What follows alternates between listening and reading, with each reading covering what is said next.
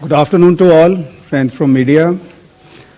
आज Bharat election commission of India की press वार्ता में आप सबका बहुत बहुत स्वागत है। हमारे साथ honourable chief election commissioner of India Shri Gyanesh Kumar ji, honourable election commissioner doctor Sukhbir Singh Sandhu, honourable election commissioner doctor Vivek Joshi, election commission of India के उच्च अधिकारी Shri Manish Garg ji, senior deputy election commissioner, Shri Sanjay Kumar, deputy election commissioner, Shri Vijay Kumar Pandey, DDG law, और अन्य इलेक्शन कमीशन के ऑफिशियल्स जो हमारे साथ हैं। इस प्रेस कॉन्फ्रेंस का जो बेसिक फॉर्मेट है, it will be the honourable chief election commissioner will be addressing the media. That will be followed by a question and answer session. Questions will be generally taken in groups of 5 and the Honorable CEC would be answering them in one go. So you are requested that whenever you want to ask a question, kindly wait for your turn. There will be a micer who will be approaching you. Introduce yourself and your organization and then you can ask your question. So that will be the basic format of the press conference. So kindly keep your mobile phones on the silent mode. Sir.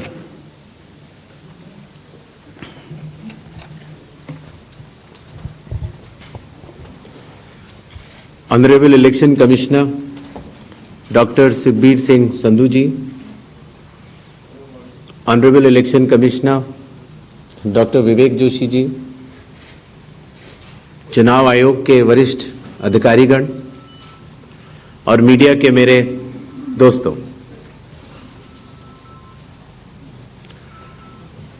सबसे पहले चुनाव आयोग मतदाताओं के नाम एक संदेश देना चाहता है।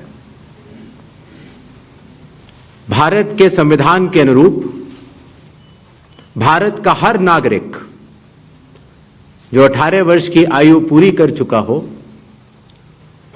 उसे मतदाता अवश्य बनना चाहिए और मतदान भी अवश्य करना चाहिए। आप सभी जानते हैं कि कानून के अनुरूप हर राजनीतिक दल का जन्म चुनाव आयोग में रजिस्ट्रेशन से ही होता है। तो फिर चुनाव आयोग उन्हीं राजनीतिक दलों में भेदभाव कैसे कर सकता है? चुनाव आयोग के लिए न तो कोई विपक्ष है, न तो कोई पक्ष है, सब समकक्ष हैं। चाहे किसी भी राजनीतिक दल का कोई भी हो, चुनाव आयोग अपने संवैधानिक कर्तव्य से पीछे नहीं हटेगा। पिछले 2 दशकों से लगभग सभी राजनीतिक दल मतदाता सूची में त्रुटियों के सुधार के लिए मांग करते रहे हैं और इसी मांग को पूरा करने के लिए ही चुनाव आयोग ने गहन पुनरीक्षण अर्थात स्पेशल इंटेंसिव रिवीजन SIR की शुरुआत बिहार से की है।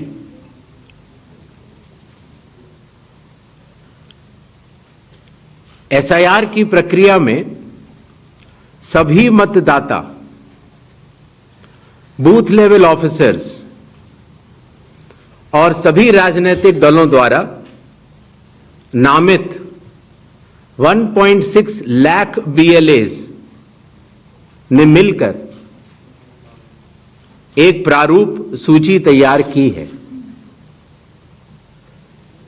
इस प्रारूप सूची की एक कॉपी आप सभी लोगों को दी गई है, जिसमें कि हर बूथ में जब ये प्रारूप सूची तैयार की जा रही थी तो सभी राजनीतिक दलों के बूथ लेवल एजेंट्स ने उसे हस्ताक्षर के साथ भी सत्यापित किया है। इस प्रारूप सूची में त्रुटियां हटाने के लिए एक बार फिर निर्धारित समय परिधि में सभी मतदाता और राजनीतिक दल मिलकर अपना बहुमूल्य योगदान दे रहे हैं। विगत आंकड़ों के अनुसार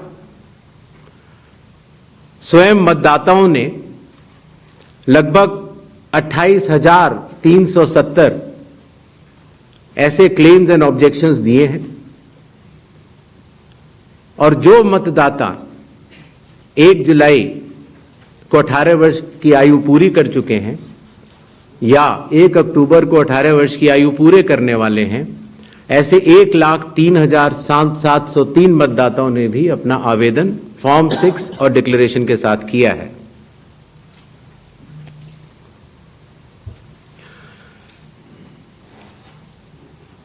और इन क्लेम्स एंड ऑब्जेक्शंस के लिए, इन त्रुटियों को हटाने के लिए बिहार के एसआईआर में 1 अगस्त से 1 सितंबर का समय निर्धारित है।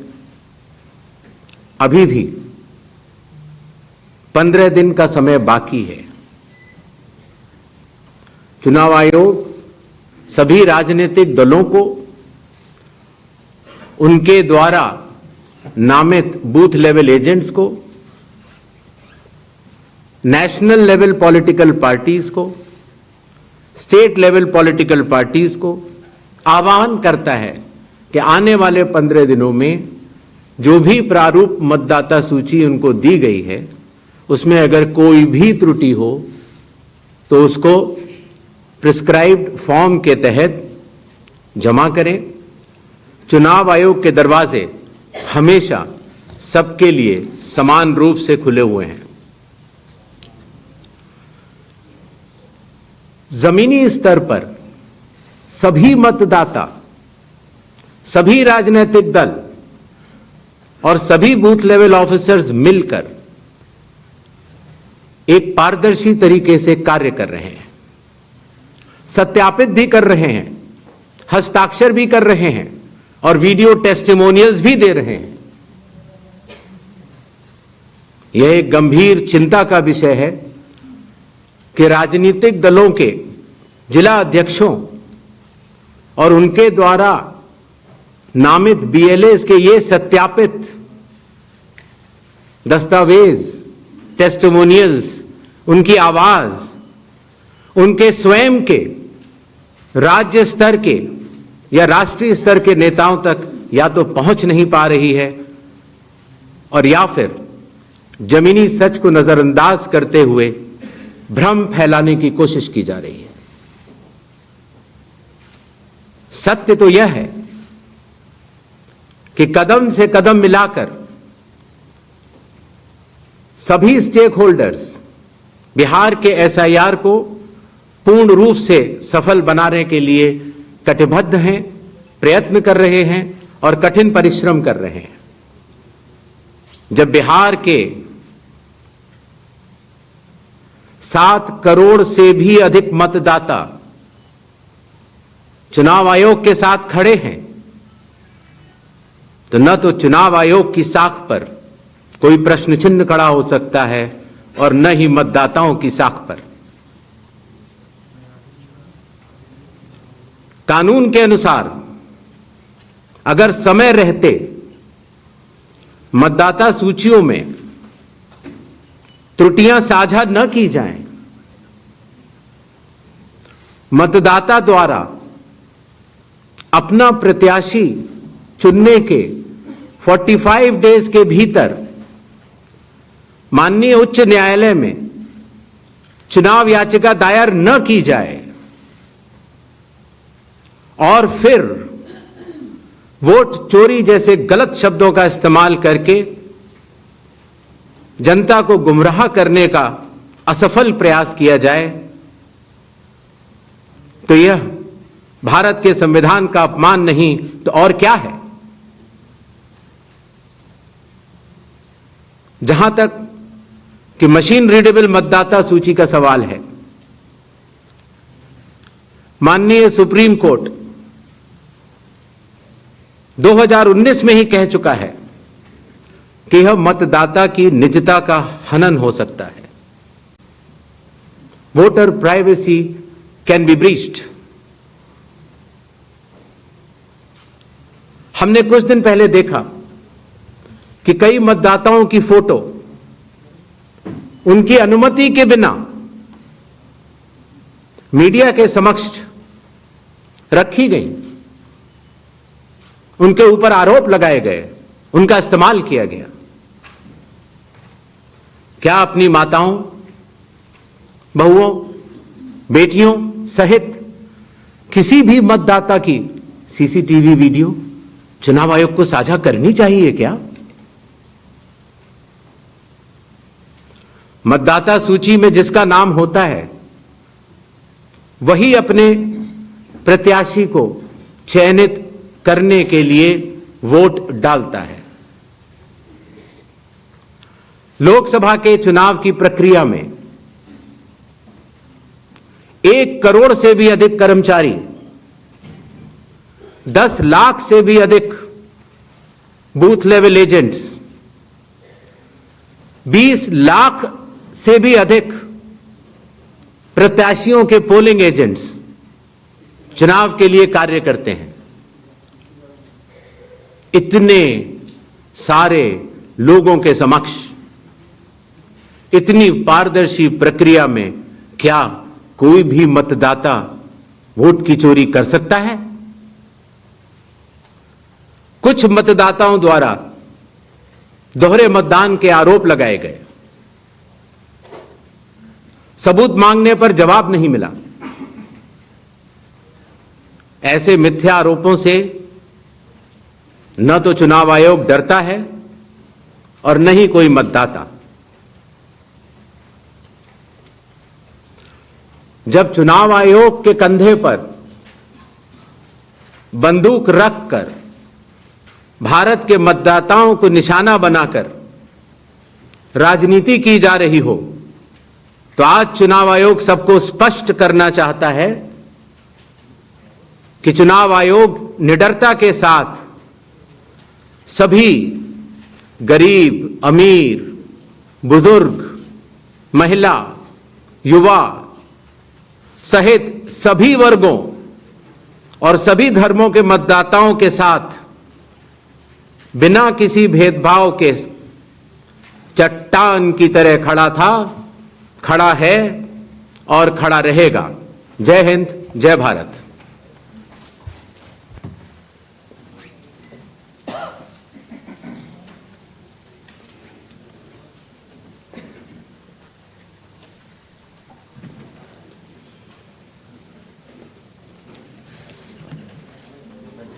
Mic, please.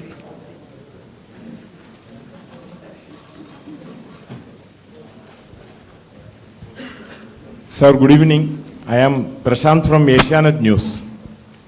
Sir, here. Here. Prashant from Asianet News. As you know, after Rahul Gandhi's press conference, there are many issues coming up from different states, including states like Kerala. Will you initiate an inquiry into all these allegations which are coming from different states? Next, 5 questions. 22.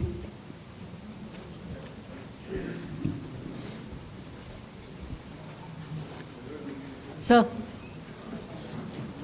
Please. Yeah. Hi. Please. Yeah. Go ahead. Yeah. Sir, Aishwarya Paliwal from Aaj Tak and India Today. Sir, 2 questions. First, sir, a lot of political parties have asked certain questions, but do you think all those questions are actually pointing towards the need for SIR? Sir, second question is what arrangements you've made for the vulnerable groups? Because a lot of people are asking senior citizens, migrants, marginalized. So if you can focus on that, sir. Okay. 163. Sir, Shriparna from the Hindu newspaper. Sir, during door-to-door survey and enumeration, how many Nepali, Bangladeshi and Myanmarese nationals were found by BLOs? Does the Election Commission have any figures? 80. I'm coming, sir. We have enough time, sir. 80. Ganesh Kumar ji, yeah. How are you? I think you are well. This is Sandeep Shornokar from Bardhaman newspaper. It's a West Bengal, one of the largest newspaper. मेरा question ये है कि बिहार के बाद बंगाल में कब SIR शुरू हो रहा है? 164.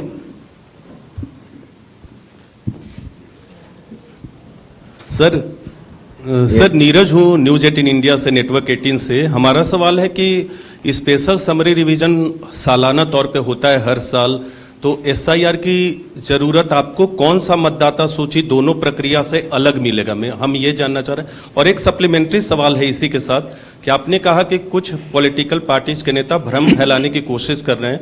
उनका यह भी कहना है, राहुल गांधी की मैं बात कर रहा हूँ, थोड़ी देर पहले उन्होंने कहा है क्यों उन्हीं से शपथ पत्र सिर्फ मांगा जा रहा है, दूसरे लोग, दूसरी पार्टी के लोग जो सवाल कर रहे हैं उनसे क्यों नहीं। तो इन 5 सवालों को पहले ले लेते हैं।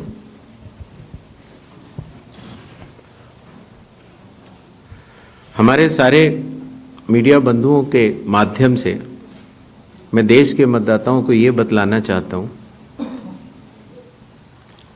कि जब भी मतदाता सूची का रिवीजन होता है तो उसकी प्रक्रिया वही होती है जो मैंने आपको अभी शुरू में बताई। अर्थात सबसे पहले बूथ लेवल ऑफिसर्स और BLAs, राजनीतिक दलों के BLAs मिलकर एक ड्राफ्ट तैयार करते हैं और उसके बाद सभी राजनीतिक दलों को और उसी असेंबली कॉन्स्टिट्यूएंसी के मतदाताओं को यह अधिकार होता है कि वो उसमें त्रुटियां सुधारने के लिए आवेदन कर सके।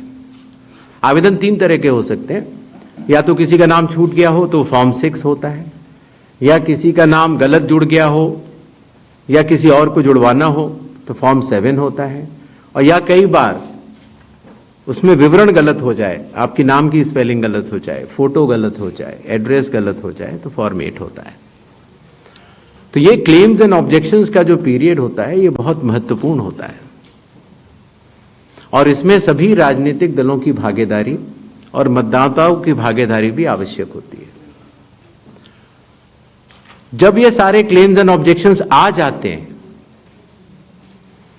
तो उसके बाद जो उस इलाके का SDM होता है, जिसको कई जगहों पर इलेक्टोरल रजिस्ट्रेशन ऑफिसर भी बोलते हैं, जो कि स्टेट गवर्नमेंट का एक अधिकारी होता है, वो उस पर एक निर्णय लेता है और निर्णय करने के बाद एक अंतिम सूची का प्रकाशन करता है। ये प्रक्रिया में आपके माध्यम से सभी मतदाताओं को बताना चाहता हूं, जिससे कि उन्हें भी सनद रहे कि पूरी प्रक्रिया होती क्या है। तो एक बार जब SDM की तरफ से अंतिम सूची प्रकाशित कर दी जाती है, और याद रहे कि प्रारूप अर्थात ड्राफ्ट सूची भी पॉलिटिकल पार्टी से शेयर की जाती है और अंतिम सूची भी पॉलिटिकल पार्टी से शेयर की जाती है, और आजकल चूंकि तकनीकी का जमाना है तो वेबसाइट पर भी इलेक्शन कमीशन की अवेलेबल होती है। इसके बाद भी अगर कोई भी त्रुटि रह जाए तो उस जिले के DM के पास एक अपील होती है, और अगर DM से भी उस त्रुटि का समाधान न निकले तो उसके ऊपर उस प्रदेश के चीफ इलेक्टोरल ऑफिसर के पास एक अपील होती है। जो अंतिम सूची प्रकाशित हो जाती है उसके ऊपर हो जाते हैं चुनाव। जब चुनाव होते हैं तो पॉलिटिकल पार्टीज अपने कैंडिडेट्स को खड़ा करती हैं और उन कैंडिडेट्स को यह सूची एक बार फिर दे दी जाती है कि इस सूची के ऊपर मतदान होगा, और यह सूची मतदान केंद्रवार दी जाती है। इस प्रक्रिया के बाद जब चुनावी मतदान होता है तो मतदान केंद्र के अंदर हर प्रत्याशी को यह अधिकार होता है कि वो पोलिंग एजेंट्स को नामित करे, और वही सूची पोलिंग एजेंट्स के पास भी होती है। तो उदाहरण के तौर पर जब हमारा कोई मतदाता जब मतदान करने जाता है तो पोलिंग एजेंट्स देखते हैं और अगर कोई गलत व्यक्ति जा रहा है या कोई 2 बार जा रहा है तो उसके ऊपर ऑब्जेक्शन भी कर सकते हैं। मतदान प्रक्रिया समाप्त होने के बाद मतगणना होती है और मतगणना के बाद रिटर्निंग ऑफिसर रिजल्ट्स डिक्लेयर कर देते हैं। यह एक डिसेंट्रलाइज कंस्ट्रक्ट है। संविधान के अनुसार ये पूरी जिम्मेदारी चुनाव आयोग की है, लेकिन लोक प्रतिनिधित्व कानून के तहत चुनाव आयोग तो एक छोटा सा 800 लोगों का एक समूह है, तो लोक प्रतिनिधित्व कानून के तहत चीफ इलेक्टोरल ऑफिसर, हर जिले का डिस्ट्रिक्ट कलेक्टर, जिसको डिस्ट्रिक्ट इलेक्टोरल ऑफिसर भी कहा जाता है, हर असेंबली कॉन्स्टिट्यूएंसी का इलेक्टोरल रजिस्ट्रेशन ऑफिसर जो कि एसडीएम भी होता है, बूथ लेवल ऑफिसर्स, ये सभी के सभी सिर्फ इसी काम के लिए चुनाव आयोग के पास डेपुटेशन पर भी रहते हैं, सिर्फ मतदाता सूची और मतदान कराने के लिए। तो जब रिटर्निंग ऑफिसर रिजल्ट डिक्लेयर कर देता है, उसके बाद भी कानून में प्राविधान है कि आप 45 डेज के अंदर आप उच्च न्यायालय जाकर एक चुनावी याचिका दायर कर सकते हैं और चुनाव को चैलेंज कर सकते हैं। जब यह प्रक्रिया 45 दिन समाप्त हो जाते हैं, उसके बाद इस तरह के निराधार और आरोप लगाना, चाहे वो केरल हो, चाहे वो कर्नाटक हो, चाहे वो बिहार हो, जब 45 दिन चुनाव के बाद पूर्ण हो चुके हैं और किसी भी दल को, किसी भी कैंडिडेट को कोई भी गलती नजर नहीं आई, तो आज इतने दिनों के बाद इस तरह के निराधार आरोप लगाना, उनका उद्देश्य क्या है, ये सारे मतदाता और देश की जनता पूरा समझती है। जहां तक स्पेशल इंटेंसिव रिवीजन की जरूरत क्यों पड़ी और स्पेशल इंटेंसिव रिवीजन में और नॉर्मल जो रिवीजन हर साल होता है, दोनों में क्या फर्क है, यह बहुत अहम सवाल है। पिछले 20 सालों में हर साल रिवीजन होता रहा और जो एनुअल रिवीजन होता है उसमें साधारण तौर से एब्सेंटी, शिफ्टेड और एक जिसे कहते हैं कि एक रैंडम तरीके से उसका रिवीजन कर लिया जाता है। जब पिछले 20 सालों से इंटेंसिव रिवीजन नहीं हुआ, हालांकि पहले होते थे, अभी तक भारत में 10 से ज्यादा बार स्पेशल इंटेंसिव रिवीजन हो चुके हैं। और स्पेशल इंटेंसिव रिवीजन की खासियत यह होती है कि मतदाता सूची को, इलेक्टोरल रोल को टोटली मैक्सिमम प्योरीफाई करने के लिए एक इन्यूमरेशन फॉर्म भरा जाता है और हर मतदाता उसको जब भर के देता है तो उसका नाम मतदाता सूची में फ्रेश, एकदम नए तरीके से सूची बनाई जाती है।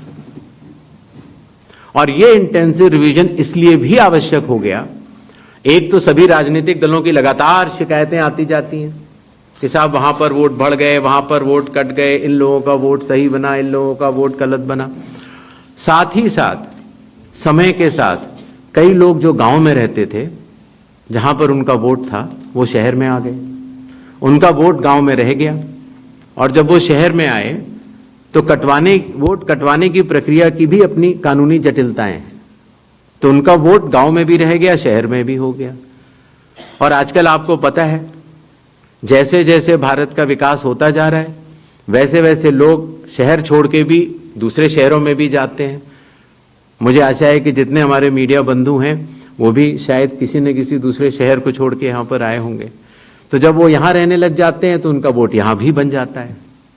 तो इस तरह से करते करते एक व्यक्ति के जाने या अनजाने में कई जगह वोट रह गए। तो मतदाता सूची को शुद्ध करने के लिए इन्यूमरेशन फॉर्म एकमात्र रास्ता रह जाता है, क्योंकि मैं आपको एक उदाहरण भी देता हूं। जैसे मान लीजिए श्रीपर्णा चक्रवर्ती जी हैं, उनका पहला वोट था श्रीपर्णा चक्रवर्ती के नाम से, दूसरा वोट जब वो दूसरी बार उन्होंने भरा तो उन्होंने भर दिया एस चक्रवर्ती। पिताजी का नाम मुझे पता नहीं है, माफ करें, लेकिन ए बी चक्रवर्ती भरा। अगली जगह जब उन्होंने भरा तो उन्होंने कहा कि नहीं, अखिल बी चक्रवर्ती। तो यह असंभव हो जाता है जानना कि ये दो व्यक्ति एक हैं कि नहीं। तो एक ही तरीका है कि उसके लिए इन्यूमरेशन फॉर्म जारी किए जाएं और एक व्यक्ति एक बार में एक ही इन्यूमरेशन फॉर्म भरेगा, जिससे कि मतदाता सूची का शुद्धिकरण भी होगा। अगर उनका नाम गलत लिख गया है तो वो भी वो सही कर सकते हैं, अगर उनकी फोटो ठीक नहीं है तो वो भी सही कर सकते हैं, अगर उनका पता ठीक नहीं है, माता पिता का नाम ठीक नहीं है तो वो भी ठीक कर सकते हैं।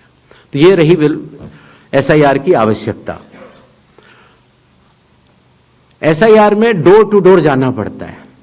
बूथ लेवल ऑफिसर हमारे बिहार के लगभग 90,000 बूथ लेवल ऑफिसर्स 7,89,00,000 लोगों के घर घर जाकर उन्होंने एक एक व्यक्ति को एन्यूमरेशन फॉर्म दिया। जो लोग मृत पाए गए या जो लोग घर पे नहीं थे, जो उन्होंने पड़ोसियों ने कहा या उनके घर वालों ने कहा कि ये परमानेंटली शिफ्ट हो गए हैं, या जिन लोगों ने कहा कि नहीं साहब मैं तो पहले ही दूसरी जगह एन्यूमरेशन फॉर्म भर चुका हूं, अर्थात उसका नाम 2 जगह था, ऐसे लोगों के फॉर्म वापस नहीं मिले और 7,24,00,000 फॉर्म वापस मिले 30 दिन के अंदर।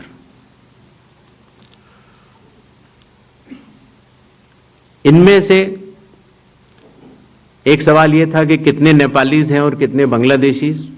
पहली बात तो मैं स्पष्ट कर देना चाहता हूं कि भारत के संविधान के अनुसार सिर्फ भारत का नागरिक ही MLA और MP का चुनाव कर सकता है।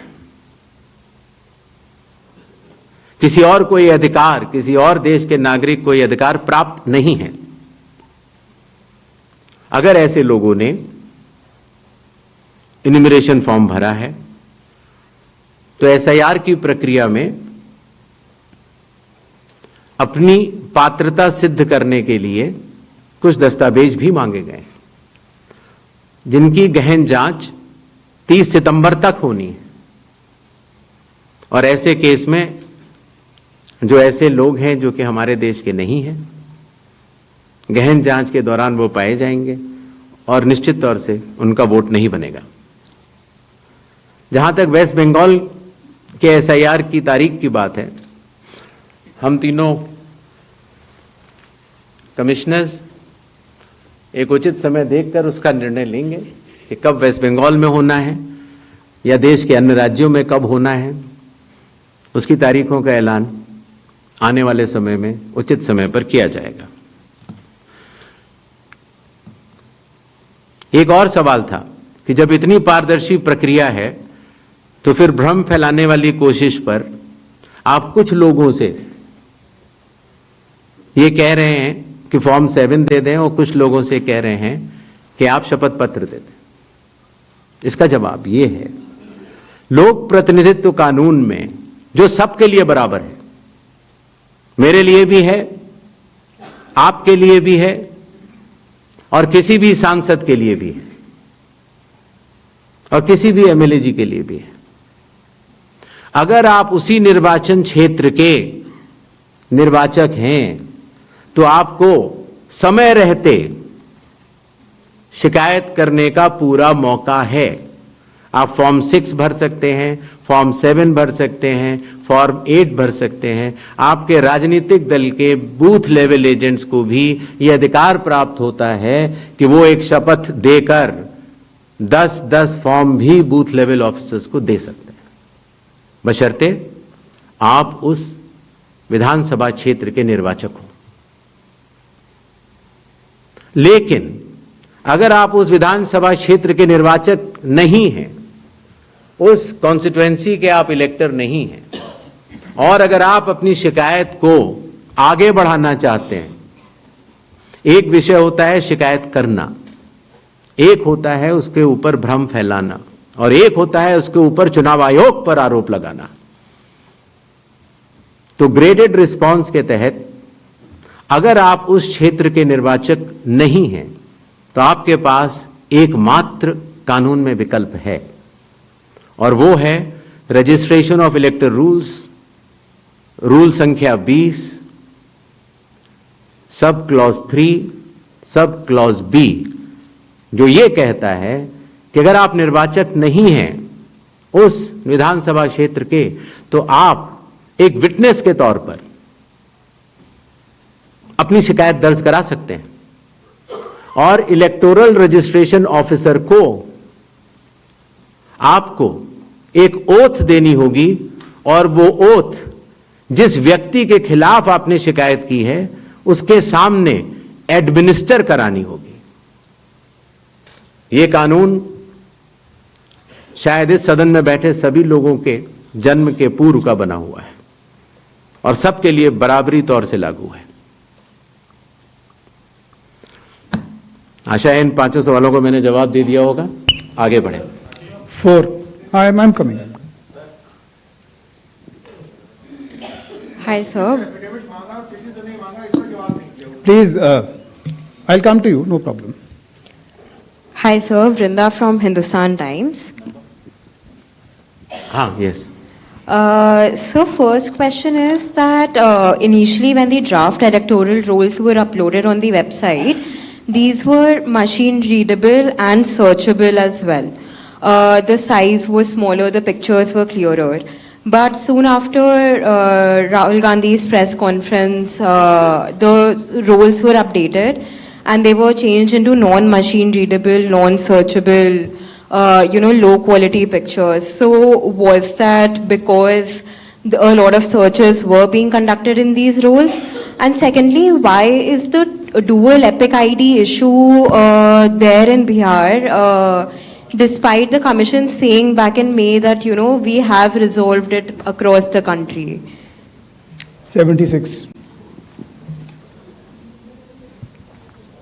सर मैं मुकेश कौशिक हूँ दैनिक भास्कर से। सर आपने देखा होगा कि Rahul Gandhi leader of opposition ने सेंट्रल बेंगलुरु की कॉन्स्टिट्यूंसी की तहकीकात की और ढेर सारे आरोप लगाए। उनका कहना था कि फेक सस्पिशियस वोटर बन रहे हैं, मैनिपुलेटेड हैं, मास एडिशन हुए हैं। इसके 2-3 दिन बाद ही बीजेपी के पावरफुल लीडर अनुराग ठाकुर जी ने प्रेस कॉन्फ्रेंस की और उन्होंने कहा कि उनके पास कंक्रीट प्रूफ हैं कि कंक्रीट प्रूफ है इस बात के कि lakhs of suspicious voters, duplicate voters, fake addresses, age manipulation, mass addition have been found in Wayanad, Raebareli and other constituency. देश की 2 बड़ी राजनीतिक पार्टियां ये आरोप लगा रही हैं कि fake voters, bogus voters, manipulation of age, duplicate voters ये मौजूद हैं। तो आप कितना सहमत हैं और इन आरोपों के आप क्या जांच कोई कराएंगे? 196. Hi, I'm coming. Shri Gyanesh Kumar, मेरा नाम परंजॉय गुहा ठाकुरता है, मैं फ्रीलांस जर्नलिस्ट हूँ। Paranjoy Guha Thakurta. Sir, few questions. इतना हड़बड़ी में आपको SIR करने का क्या जरूरत है जब बाहर चल रहे बिहार में बारिश के समय, और समय बहुत लोग कह रहे हैं बहुत कम है। आपको सुप्रीम कोर्ट ने आदेश किया 14 तारीख के दिन, आपको मशीन रीडेबल जो 65 लाख लोग का नाम नहीं है तो आपको देना पड़ेगा। इससे पहले आपने क्यों नहीं दिया? आखिरी सवाल है कि महाराष्ट्र में जो 40 लाख नया वोटर आए हैं और लोग कह रहे हैं कि पहला बार महाराष्ट्र के इतिहास में, भारतवर्ष के इतिहास में वोटर ज्यादा और 18 साल उम्र के लोग कम, और 5 बजे के बाद बहुत लोग वोट दिया। तो ये सारे जवाब मुख्यमंत्री देवेंद्र फडणवीस दे रहे हैं, राजनीतिक दल का नेता दे रहे। चुनाव आयोग अभी तक खामोश थे, क्यों? 279.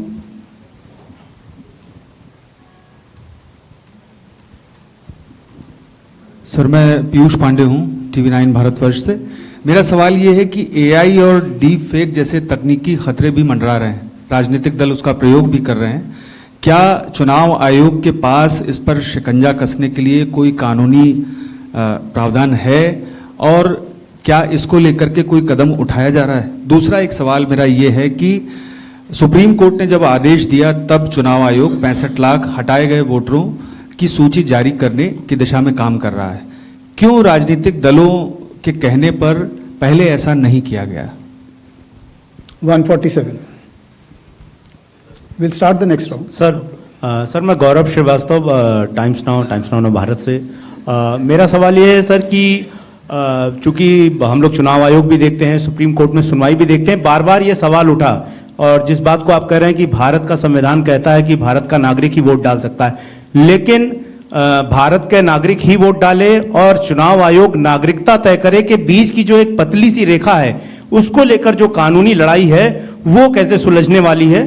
और दूसरा ये कि जो ये बार बार विवाद आता है कि वोटर लिस्ट जो है वो सर्चेबल हो, फिर उसमें एक जैसे कई नाम है, क्या ऐसी कोई प्रक्रिया या आधार को लेकर जो चर्चा है कि अगर आधार से लिंक कर दिया जाए सिर्फ इस मकसद से कि एक व्यक्ति के पास दूसरा वोटर आईडी कार्ड न बनने पाए जब तक कि डेटाबेस में ऐसी जानकारी हो, इसके लिए आयोग क्या कदम उठा रहा है? ठीक, तो इन 5 अपने जर्नलिस्ट का मैं जवाब देता हूं।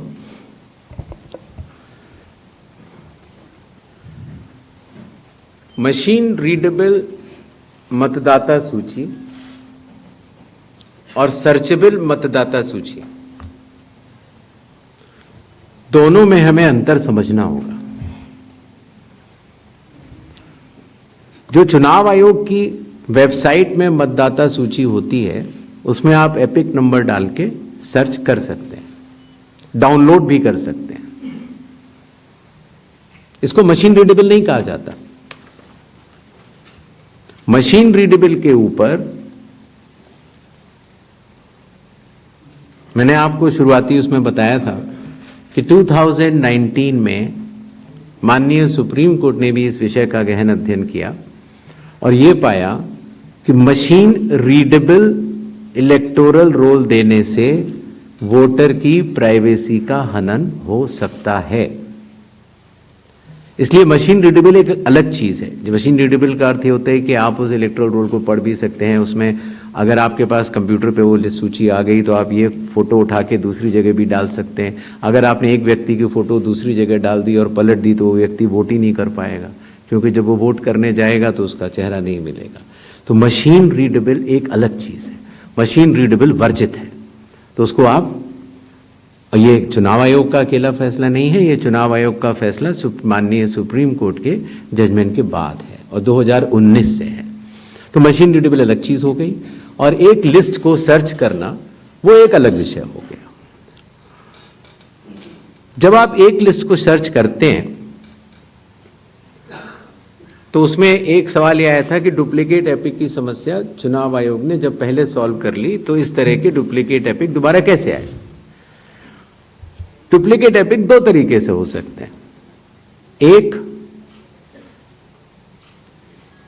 कि एक व्यक्ति जो वेस्ट बंगाल में है, जो व्यक्ति अलग है, उसका एक एपिक नंबर है, और एक व्यक्ति जो हरियाणा में है उसका एपिक नंबर भी वही है। अर्थात एपिक नंबर 1 व्यक्ति 2। जब ये सवाल उठा लगभग मार्च 2025, जब हम लोगों ने उसके ऊपर चर्चा की और उसको हम लोगों ने पूरे देश भर में सुलझाया, लगभग ऐसे 3 लाख लोग मिले जिनकी एपिक संख्या 1 थी। तो उनकी एपिक संख्या बदल दी गई जिससे एक ही एपिक से 2 लोग ना हो, एक ही नंबर के 2 लोग ना हो। दूसरी तरह की डुप्लीकेसी ऐसे आती है जब एक ही व्यक्ति का एक से ज्यादा जगह मतदाता सूची में नाम हो और उसका एपिक नंबर अलग हो, अर्थात व्यक्ति 1 एपिक अनेक। पहली वाली स्थिति ये थी एपिक 1 व्यक्ति अनेक। तो एपिक 1 व्यक्ति अनेक की समस्या तो चुनाव आयोग ने पहले सुलझा ली, लेकिन जब ये विषय आया कि एक ही व्यक्ति और उसके कई एपिक्स हैं, तो कुछ केसेस में जब शिकायत आई तो हम लोगों ने तहकीकात की तो ये समझ में आया कि जो व्यक्ति, जैसे मैंने आपको बताया था कि अगर वो गांव में रहता था तो वहाँ उसका एक जगह नाम था, फिर वो शहर में आया, फिर वो वहाँ से चलते चलते दिल्ली या बम्बई पहुँच गया और उसने अपना पुराना नाम डिलीट नहीं कराया। पहले ये संभव नहीं था। 2003 से पहले नाम अगर आपको पुरानी जगह से कटवाना है तो कोई वेबसाइट नहीं थी इलेक्शन कमीशन की जिसमें एक ही जगह सारा डेटा हो। हर स्टेट की अलग अलग वेबसाइट थी। तो नतीजा, अगर आप पटना से चल के दिल्ली आ चुके हैं और आप पटना का वोट कटवाना चाह रहे थे तो आप एक पत्र लिख सकते हैं। अब उस पत्र के ऊपर कार्रवाई हुई, आपने सही जगह भेजा, नहीं भेजा और आपका वहां वोट नहीं कटा। आप दिल्ली आ चुके, आपका यहाँ नया मतदाता सूची में नाम आ गया, आपके पास एक नया एपिक नंबर है। तो 2003 से पहले चूंकि तकनीकी सुविधा अवेलेबल नहीं थी तो इस तरह के बहुत लोग जो माइग्रेट कर करके अलग अलग जगह गए, उनके नाम कई जगह आ गए। फिर एक ये सवाल उठा कि फिर उसको आज की तारीख में तो वेबसाइट है, कंप्यूटर है, उसको आप सेलेक्ट करके हटा सकते हैं। लेकिन वही मैं बात आपको बताना चाह रहा था, चुनाव आयोग मतदाताओं के साथ चट्टान की तरह खड़ा होता है। अगर किसी के कहने से मैं आपका वोट काट दूं या किसी के कहने से मैं ये मानूं कि पीयूष जी के नाम के, अगर आपको अंदाज़ा न हो तो अगर पीयूष जी के नाम को अगर आप 100 करोड़ में सर्च करेंगे तो आपको हजारों लोग मिलेंगे। अब कौन से पीयूष जी का नाम काटा जाए, कौन से पीयूष जी दो हैं ये? तो अगर इसको जल्दीबाजी में किया जाएगा तो किसी भी मतदाता का नाम गलत कट सकता है, आपकी जगह किसी और का कट जाए। इसलिए शायद पिछले 20 सालों में टेक्नोलॉजी तो थी, लेकिन टेक्नोलॉजी का उपयोग करके किसी का मतदाता सूची से नाम काटा जाए, ये गलत होगा। और इसीलिए चुनाव आयोग ने ऐसा नहीं किया। और इसकी या तो व्यक्ति खुद कर सकता है तो कोई आपत्ति नहीं है, और या फिर स्पेशल इंटेंसिव रिवीजन के जरिए जब ये एन्यूमरेशन फॉर्म बनेगा तो पीयूष पांडे जी के पास ही फॉर्म पहुंचेगा। अगर उनके पास दूसरा फॉर्म पहुंच जाएगा तो एक ही पे दस्तखत करेंगे और डुप्लीकेट वोट की समस्या का निदान हो जाएगा। एसआईआर में हड़बड़ी क्यों? यह भी एक भ्रम फैलाया जाता है। आप लोग मुझे बताएं कि चुनाव से पहले मतदाता सूची शुद्ध करनी चाहिए या चुनाव के बाद? चुनाव से पहले। और यह बात चुनाव आयोग नहीं कह रहा है, यह बात लोक प्रतिनिधित्व कानून कह रहा है कि हर चुनाव से पहले आपको मतदाता सूची शुद्ध करनी होगी। यह चुनाव आयोग का कानूनी दायित्व है। फिर यह बात आई कि 7 करोड़ से ज्यादा बिहार के मतदाताओं तक क्या चुनाव आयोग पहुंच पाएगा? हकीकत आपके सामने है। जब 24 जून से यह कार्रवाई शुरू हुई तो यह पूरी प्रक्रिया लगभग 20 जुलाई तक ही समाप्त हो गई। फिर यह बात आई कि साहब जुलाई में क्यों? उस समय मौसम अच्छा नहीं होता। तो आपकी जानकारी के लिए मैं बताना चाहता हूं कि बिहार में इसके पहले भी 2003 में एसआईआर हुआ था और उसकी तारीख थी 14 जुलाई से 14 अगस्त, और तब भी सफलतापूर्वक हुआ था और इस बार भी सफलतापूर्वक सबके एन्यूमरेशन फॉर्म्स वापस आ गए। एक और सवाल पूछा गया कि माननीय सुप्रीम कोर्ट के कहने से हम लोगों ने ये मशीन रीडेबल फॉर्मेट क्यों दिया? माननीय सुप्रीम कोर्ट ने ये स्पष्ट कहा है कि हर जिले की अलग वेबसाइट बनाई जाए और हर जिले की वेबसाइट पर एपिक नंबर से सर्च होने वाली सूची रखी जाए। और आपको ये जानकर हर्ष होगा कि 56 घंटों के अंदर चुनाव आयोग ने उसका अनुपालन किया है और हर जिले की वेबसाइट की सूची आप सबको जो फोल्डर दिया गया है उसमें है, आप भी सर्च कर सकते हैं। जहां तक आपके पास जो फोल्डर दिया गया उसमें एक वो भी मिनट्स मौजूद है 20 जुलाई के, जहां पर अगर आप खोलेंगे तो उसमें आप पाएंगे कि हर बूथ पर booth level officer, booth level agent, sarpanch सबने मिलकर ये दस्तखत करके सूची बनाई कि ये लोग मृत पाए गए हैं, उनका एपिक नंबर भी है, उनका नाम भी है, और ये लोग स्थायी रूप से स्थानांतरित पाए गए हैं, उनका नाम भी है, और इन लोगों का इन्यूमरेशन फॉर्म या इन लोगों का नाम एक जगह से ज्यादा है वो भी है। आप उस सूची को देखें तो ऐसा नहीं है कि चुनाव आयोग ने ये लिस्टें साझा नहीं की थी, लेकिन चूंकि इसका अंतिम निर्णय अभी ईआरओ ने नहीं लिया था, इसीलिए ये सूचियां राजनीतिक दलों को दे दी गई थी, और कुल मिला के जिन लोगों के इन्यूमरेशन फॉर्म नहीं आए वो 1 अगस्त को जब ड्राफ्ट लिस्ट दी गई थी राजनीतिक पार्टियों को, वो भी दस्तावेज आपको दिए गए हैं जिसमें कि हर पॉलिटिकल पार्टी ने साइन करके ये लिस्ट ली है, जिसमें कहा है कि ये वाले नाम तो आ चुके हैं प्रारूप सूची में और ये वाले नाम नहीं आए हैं। हर जिला प्रेसिडेंट ने उस लिस्ट को सत्यापित किया है 1 अगस्त को और अपने टेस्टिमोनियल्स भी दिए हैं।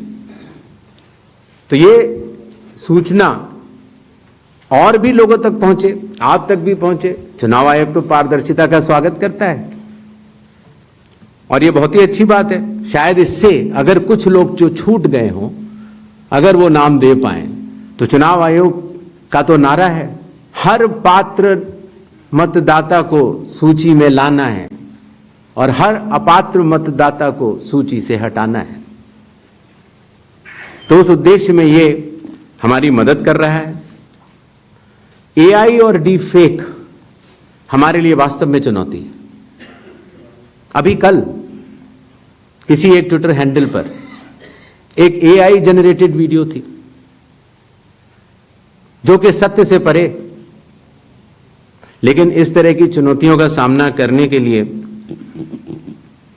चुनाव आयोग तो भरसक प्रयास करेगा, लेकिन कानून के दायरे में ही रहकर कर सकता है।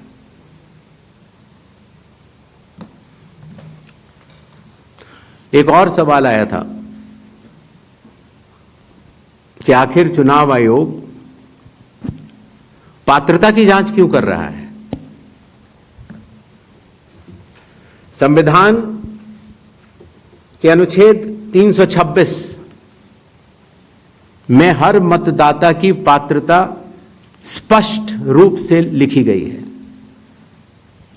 और वो पात्रता ये कहती है कि मतदाता सूची में नाम आने के लिए सिर्फ भारत के नागरिक और 18 वर्ष की आयु पूरे कर चुके व्यक्ति ही पात्र हैं।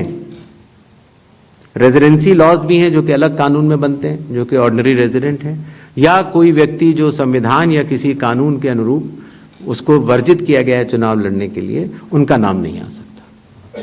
तो आर्टिकल 326 जो कि चैप्टर इलेक्शंस के अंदर आता है, जो कि हम यहां पर आपके समक्ष बैठे चुनाव आयोग की एक संवैधानिक जिम्मेदारी है, हम उसको निभाने के लिए पात्रता की जांच कर रहे हैं। नेक्स्ट 187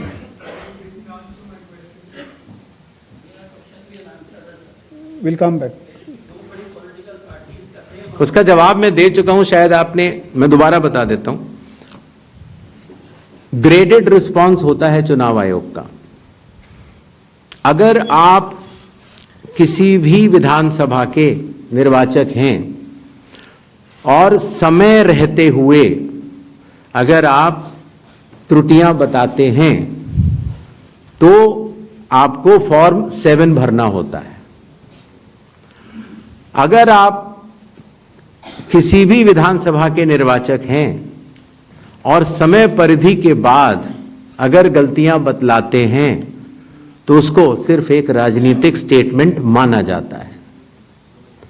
अगर समय के बाद आप त्रुटियां बतलाते हैं और मतदाताओं और चुनाव आयोग पर चोरी का आरोप लगाते हैं तो इन तीनों की ग्रेडिंग में फर्क है।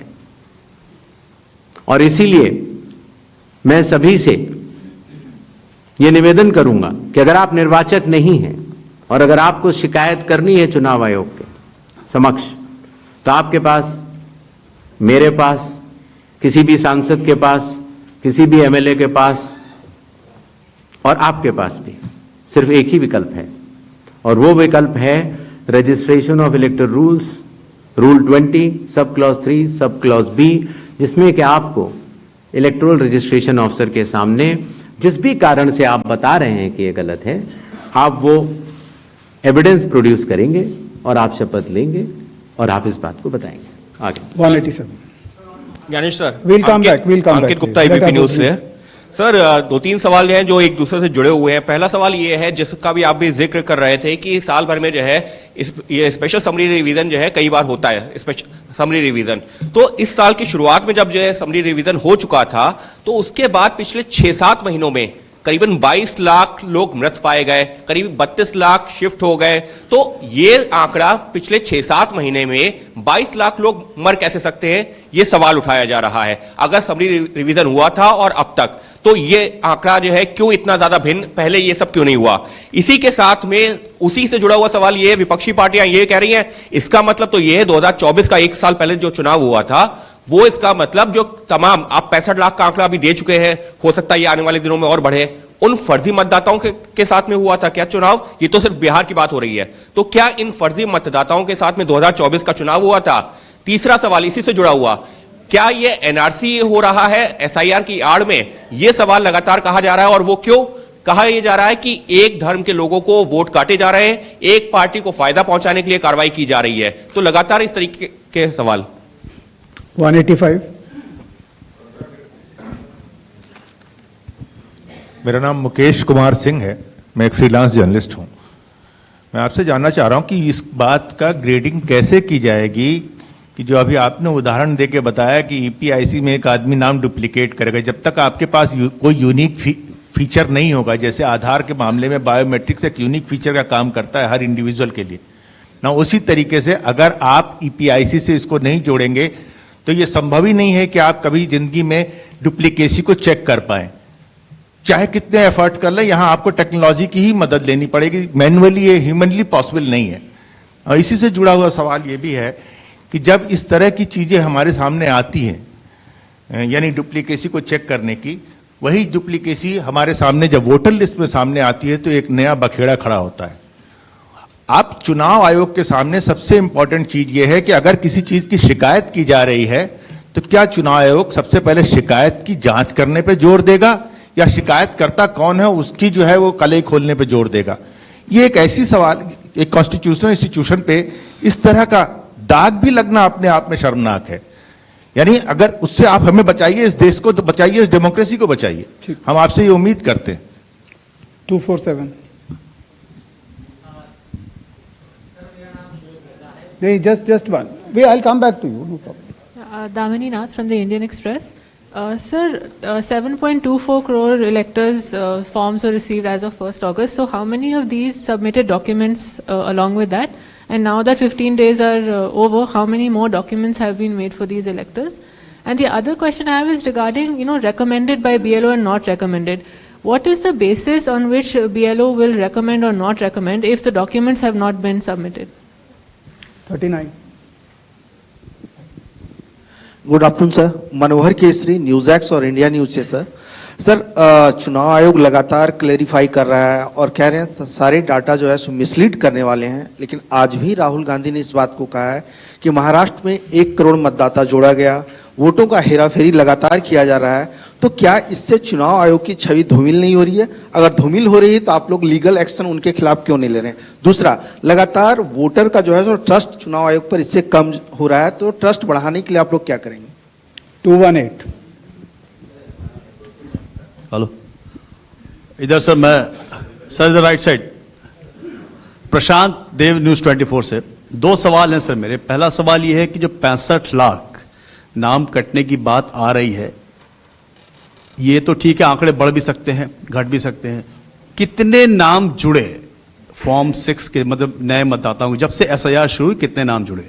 दूसरा, आपने कई बार ये बात कही कि निराधार आरोप लगाए जा रहे हैं, वोट चोरी की जा रही है जिसमें कोई सत्यता नहीं है।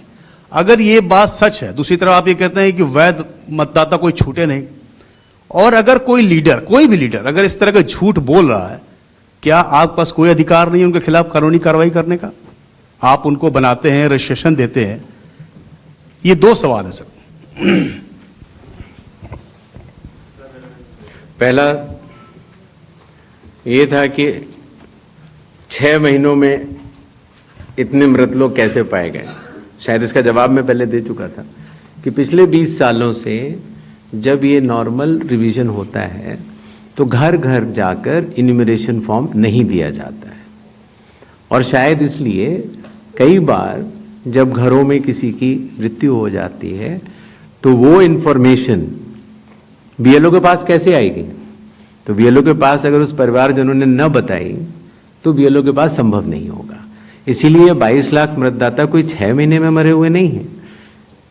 ये वो मृत मतदाता हैं जो लगभग पिछले 20 सालों में रिकॉर्ड करने से छूट गए, और इन्यूमरेशन फॉर्म की वजह से ये सत्य सामने आ रहा है। एक बात जो मैं आपके माध्यम से भारत की जनता तक पहुंचाना चाहता हूं वो ये है कि मतदाता सूची एक विषय है और मतदान करना दूसरा विषय है। मतदाता सूची में किसी का नाम गलत आ सकता है, अगर बूथ लेवल ऑफिसर से गलती हुई हो या राजनीतिक दलों ने उस पर ध्यान न दिया हो, तो किसी भी व्यक्ति का नाम मतदाता सूची में गलत आ सकता है। शायद ही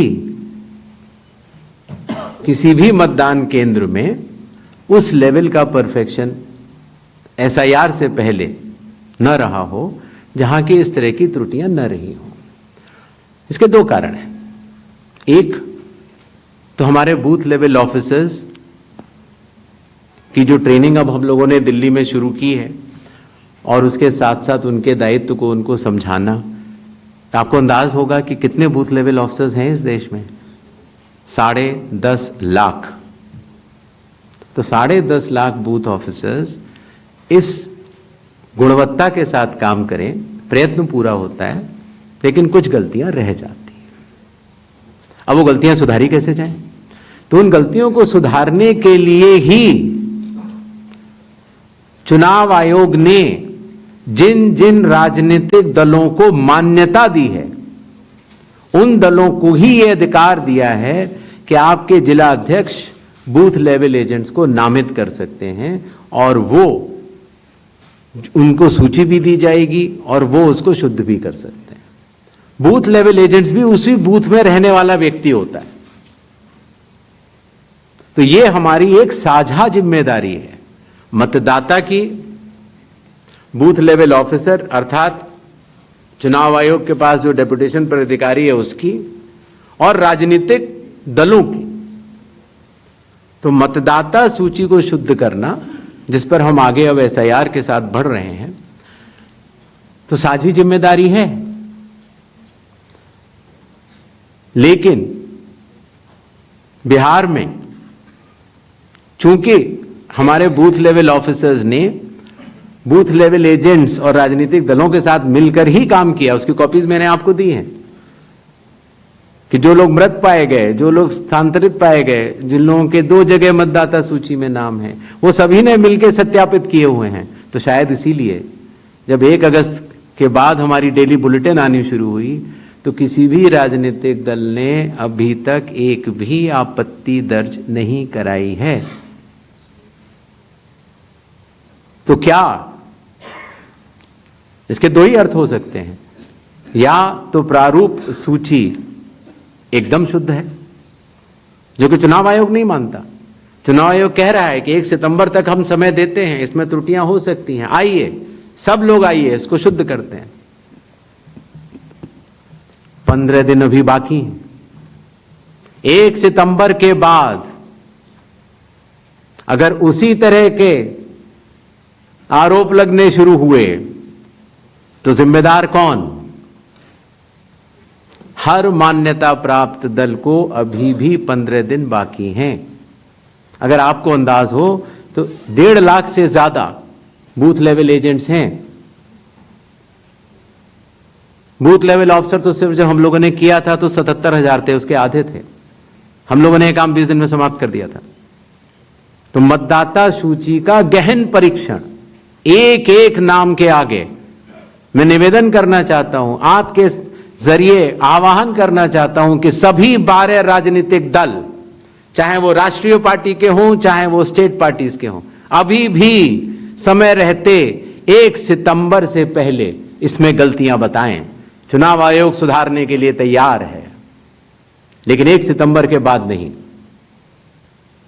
क्योंकि उसके बाद वही दौर शुरू हो जाता है कि मतदाता सूची एक अलग चीज होती है और मतदान अलग चीज होती है। मतदान में जब कोई वोटर वोट करने जाता है और वो बटन दबाता है तो एक ही बार दबा सकता है। मतदाता सूची में अगर 2 जगह नाम हो तो वोट चोरी कैसे? नहीं हो सकती। वोट तो एक मतदाता एक ही बार डाल सकता है, और इसीलिए हमने कहा था कि चूंकि इस तरह की पीपीटीज बनाई जाएं जिसमें कि चुनाव आयोग के डेटा को गलत तरीके से एनालाइज किया जाए और उसके जरिए यह कहा जाए कि चूंकि मतदाता सूची में ये नाम है इसीलिए मतदान गलत हुआ। मतदाता सूची और मतदान 2 अलग विषय हैं और इन दोनों को अलग अलग ही देखा जाता है। दोनों के कानून भी अलग हैं।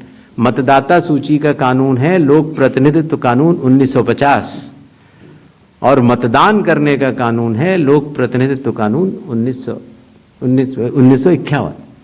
दोनों के नियम अलग हैं, दोनों के लोग अलग हैं, और दोनों चीजों को जुड़ा के ऐसा भ्रम फैलाना कि अगर मतदाता सूची में कोई ऐसी चीज है, जैसे एक विषय आया था, किसी ने कहा कि साहब हाउस नंबर 0 है, 80,000 लोगों के हाउस नंबर 0 हैं, इसीलिए वो फर्जी हैं। अगले दिन कई सारे मतदाता खड़े हो गए, उन्होंने कहा नहीं साहब हम तो यहां रहते हैं। तो आपके थ्रू मैं जनता को बताना चाहता हूं कि हर पंचायत और हर म्यूनिसिपैलिटी में जरूरी नहीं है कि आपका घर होते हुए भी उसको घर का नंबर दिया गया। तो चुनाव आयोग जो कि एक एक मतदाता को ढूंढ कर उसका वोट डलवाता है। आपको पता है अरुणाचल प्रदेश का एक गांव है मालेगांव, जहां सिर्फ एक मतदाता बहन के लिए पूरा चुनाव आयोग 2 दिन तक ट्रैकिंग करके जाता है और उनका वोट लेके आता है। वही चुनाव आयोग जो गिर फॉरेस्ट के पीछे एक महंत हैं, उनके लिए 1.5 दिन की ट्रैकिंग करने जाता है, पूरा वोट बूथ बनाता है और वोट लेके आता है।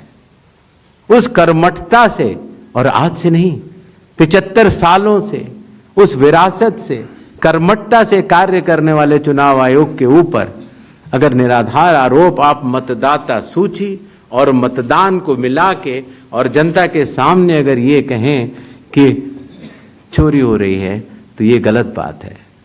जनता सब समझती है। किसी व्यक्ति के अगर 2 जगह वोट भी हो तो भी वो एक ही जगह वोट करने जाता है। 2 जगह वोट करना कानूनी अपराध है। और अगर कोई भी व्यक्ति ऐसा कहता है तो सबूत तो चाहिए। सबूत मांगा था, मिला नहीं। इसी तरीके से जिन लोगों के पास घर नहीं होता, आप लोग भाग्यवान हैं,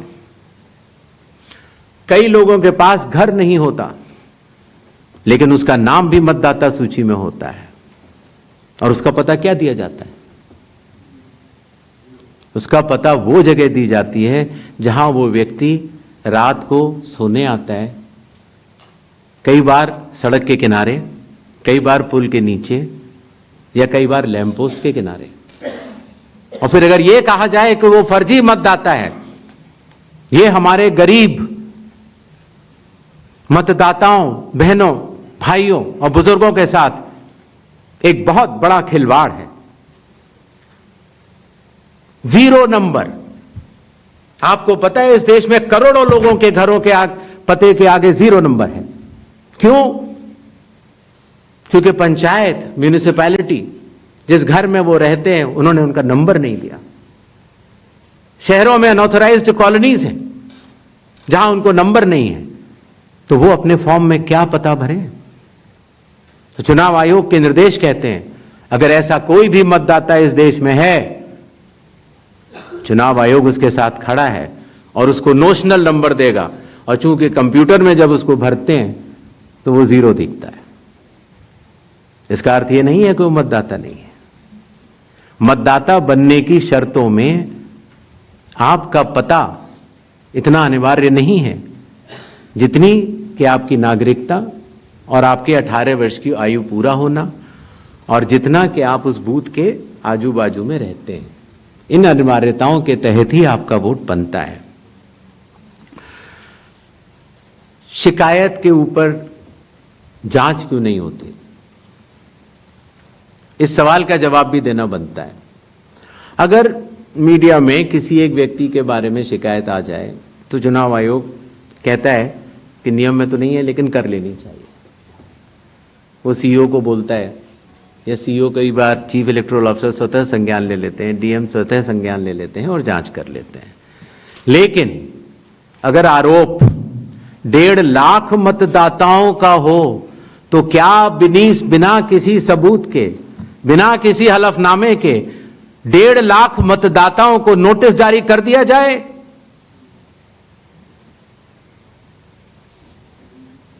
क्या यह न्याय संगत होगा? कानून में न प्रावधान है, न कोई शपथ पत्र है, न कोई एविडेंस है, न कोई सबूत है, तो क्या 1.5 लाख नोटिस जारी करके उन मतदाताओं को एसडीएम के दफ्तर में बुलाया जाए और यह कहा जाए कि आप फर्जी हैं? क्या मतदाता चुनाव आयोग से यह नहीं पूछेगा कि आपके पास क्या सबूत है? आज भी आपके मीडिया में चल रहा है, जितने नाम लिए गए सब एक एक करके सामने आ रहे हैं। और अगर चुनाव आयोग ने उनको नोटिस दिया होता तो हमारी साख गिरती कि बढ़ती? किसी ने सवाल पूछा था तो मैंने सोचा बतलाता चलो। बिना किसी सबूत के किसी भी वैलिड मतदाता का नाम नहीं कटेगा। चुनाव आयोग हर मतदाता के साथ चट्टान की तरह खड़ा हुआ है। अगर कोई सोचता है कि एक पीपीटी देकर, जो कि चुनाव आयोग के आंकड़े नहीं हैं, चुनाव आयोग ने मतदाता सूची जरूर दी है, लेकिन पीपीटी में गलत तरीके से एनालाइज करना, गलत आंकड़े देना और यह कहना कि पोलिंग ऑफिसर ने कहा है कि इस महिला ने 2 बार वोट दिया है, इतने संगीन विषयों पर बिना हलफनामे के चुनाव आयोग को काम नहीं करना चाहिए। यह संविधान और कानून दोनों से विरुद्ध में होगा। और यह भी मैं आपको बतलाना चाहता हूं कि यह सवाल जो आया था ट्रस्ट, मैंने आपको पहले भी कहा था कि जहां तक मतदाताओं की बात है, हिंदुस्तान में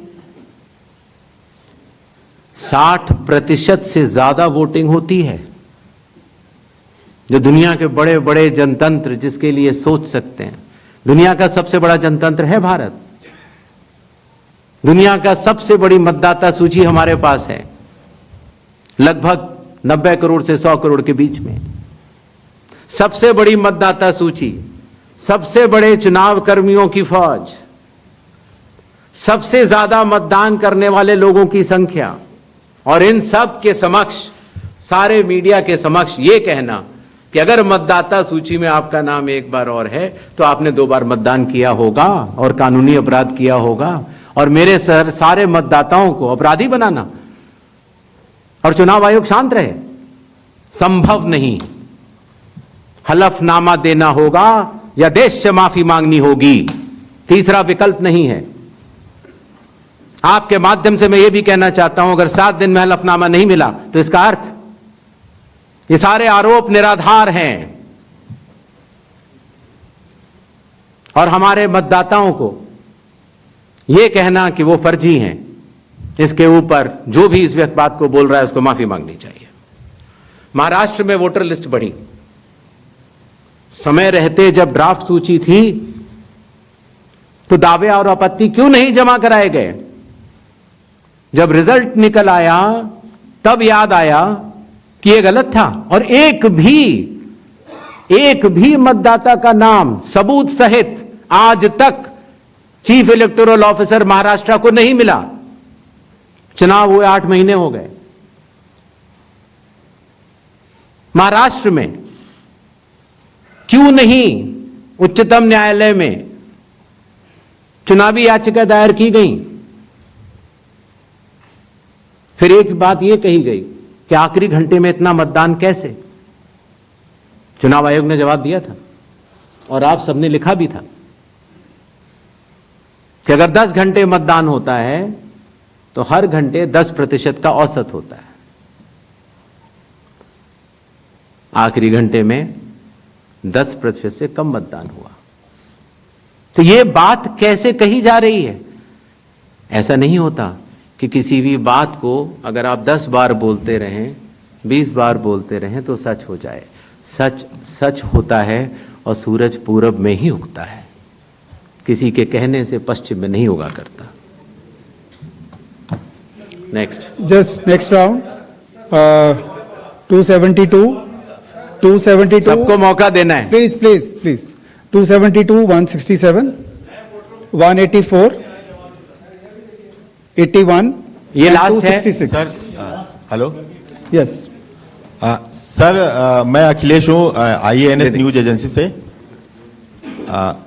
सर, मैं अखिलेश हूँ IANS न्यूज एजेंसी से। मेरा सवाल यह है कि सुप्रीम कोर्ट ने अभी आपको कहा है कि 22 तारीख को नेक्स्ट हियरिंग होनी है कि आप ये 11 के अलावा जो लोग छूट गए हैं अपना नाम दर्ज कराना चाहते हैं वो आधार लेकर जाएं।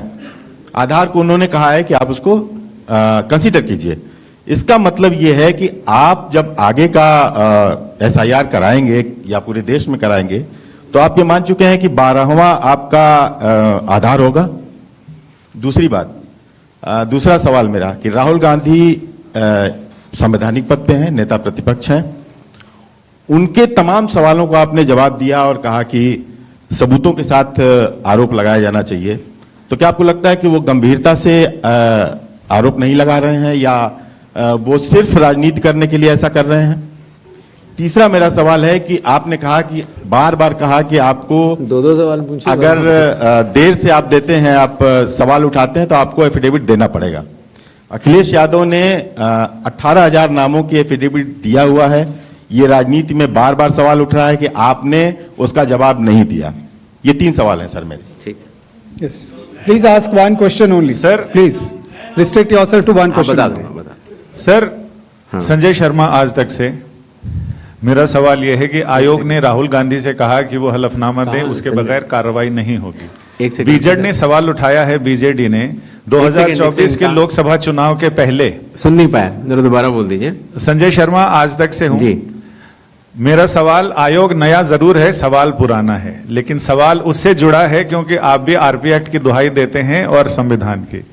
तो 2024 के लोकसभा चुनाव के बाद बीजेडी ने यह कहा कि उन्होंने हलफनामा देकर उड़ीसा में मतदाता सूची में गड़बड़ी की शिकायत आपसे की थी। तो उसमें अब तक क्या कार्रवाई हुई है वो अगर आप बता सकें तो सही होगा। और दूसरा, लोग टाइमिंग को लेकर सवाल उठा रहे हैं। एक तरफ राहुल गांधी की प्रेस कॉन्फ्रेंस है, दूसरी तरफ मुकाबले में चुनाव आयोग की। क्या चुनाव आयोग रथ का टूटा पहिया लेकर कृष्ण की तरह? आगे बताएं। जी जी। हाँ, भाषा देखिए, भाषा अच्छी रहे तो अच्छा लगता है जी। सर, 184 मैं इंडिया टीवी से शोएब रजा। मेरा सवाल सर ये है कि बिहार में जो ड्राफ्ट की सत्यता की जांच हो रही है, बाद में जो सर्टिफिकेट दिए जा रहे हैं, ऐसी बहुत बड़ी आबादी है। हम गए थे बिहार में, जो वो दस्तावेज 11 के 11 में से एक भी नहीं दे पा रहे। अभी हम देख रहे थे कि उनमें से मूल निवास प्रमाण पत्र के लिए एक होड़ मची हुई है बनाने की, आधार से ही बन रहा है वो भी।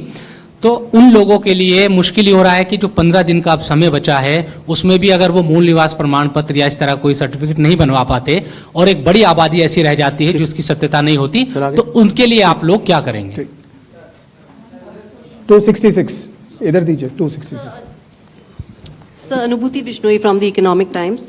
Sir, I'll repeat this question because you haven't replied to that one. 7.2 crore enumeration forms have come in. How many have come in without any of the 11 documents? I told her I'll reply. Yes. 81. Sir, second, sir, in 2004 when intensive revision was carried out, it's an EC order which clearly states that Arunachal and Maharashtra are being left out of intensive revision because polls are due, assembly polls are due within months. But you have, the Election Commission this time has set aside that principle for Bihar. If you could explain that. Okay. Third, when you took over as CEC, you have identified political parties as a key stakeholder. And you've also held rounds of meetings and consultations with them. Do you think, given the kind of criticism SIR has drawn, maybe there should have been a wider consultation with political parties before embarking on such a massive exercise? Sir, मैं Manish Agarwal Navbharat times से. हाँ sir, जैसा कि आपने कहा राहुल गांधी के बारे में कि हलफनामा देना होगा या देश से माफी मांगनी होगी 7 दिन के अंदर, नहीं तो हम मानेंगे सारे आरोप निराधार हैं. अगर राहुल गांधी ऐसा नहीं करते हैं तो क्या भ्रम की स्थिति ऐसी देश में फैली रहेगी? चुनाव आयोग अपने स्तर पे क्या इस बात को कंफर्म करेगा कि जो वोटर लिस्ट हमारी है वो बिल्कुल ओके है और आरोप निराधार हैं? सेकंड इज, जो SSR हर साल होता है सर, जैसे बिहार की बात करें तो 22 साल बाद हो रहा है, तो 3 साल वोटर हर साल जुड़े, 65 लाख अगर वोटर, तो क्या हमारी चुनाव आयोग की कोई जिम्मेदारी नहीं जो हर साल SSR हो रहा है कि वे कैसे एटलीस्ट डेड वोटर कैसे जुड़ रहे हैं हर साल, तो क्या उनकी भी कोई जवाबदेही बनती है सर? Thank you. पहली बात, that's please. पहली बात ये दोबारा आई कि साहब डेट्स को लेकर पूछा गया, तो मैंने स्पष्ट किया था कि लोक प्रतिनिधित्व कानून के अंतर्गत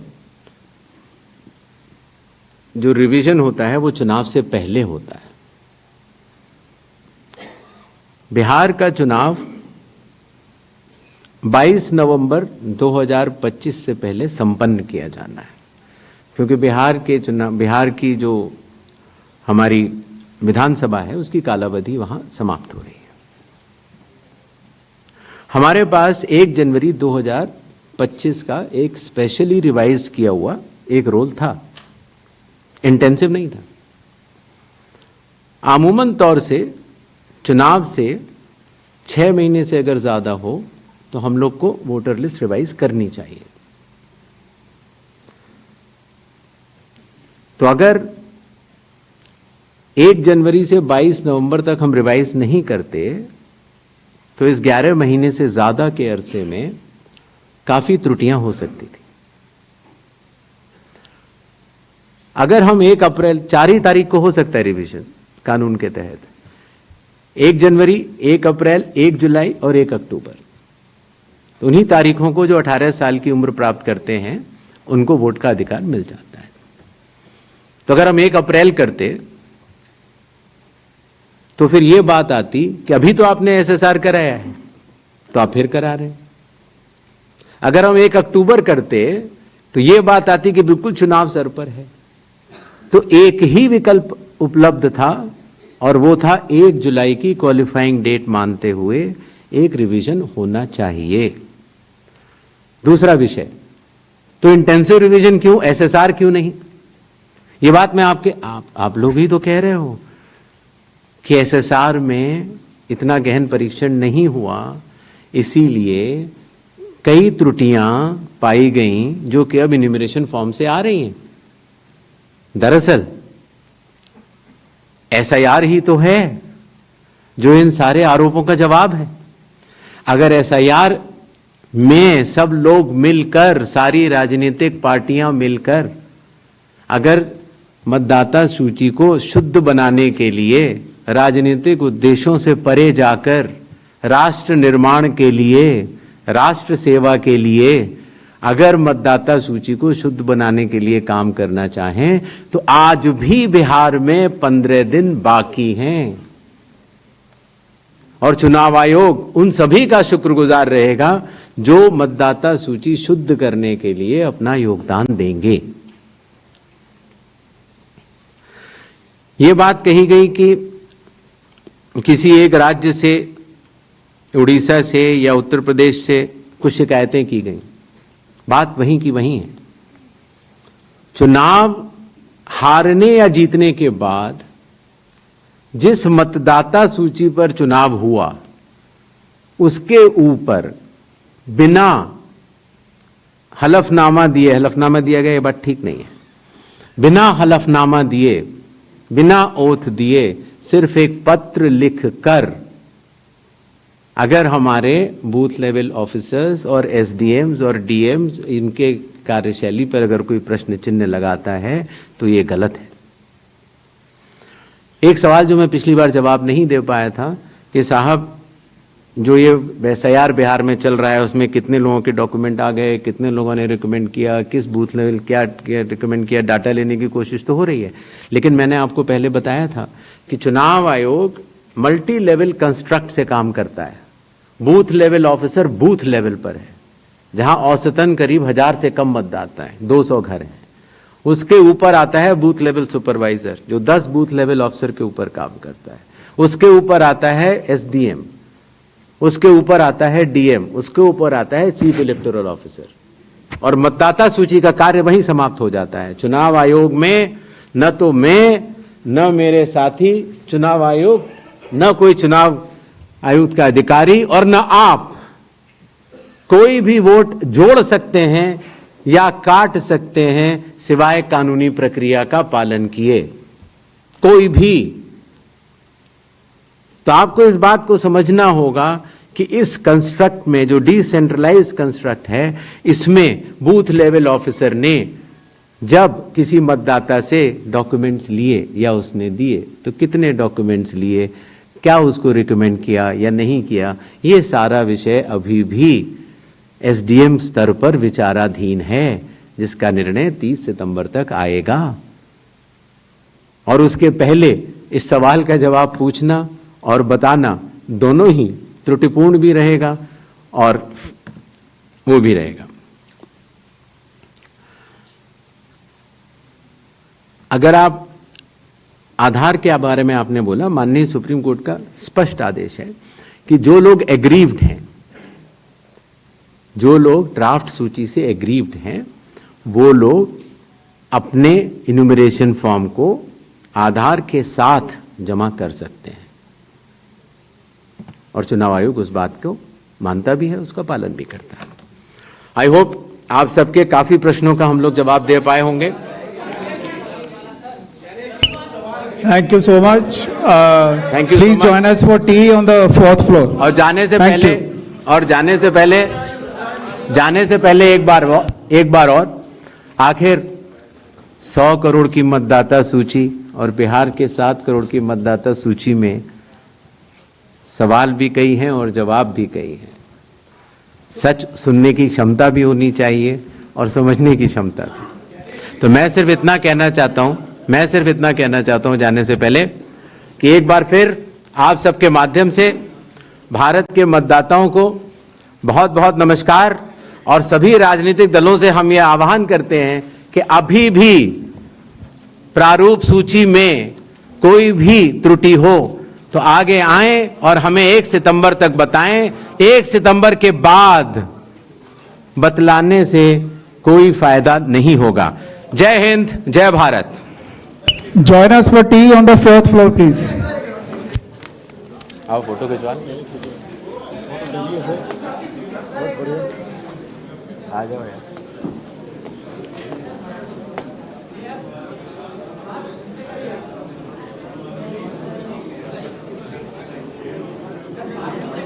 चलिए, हो गया।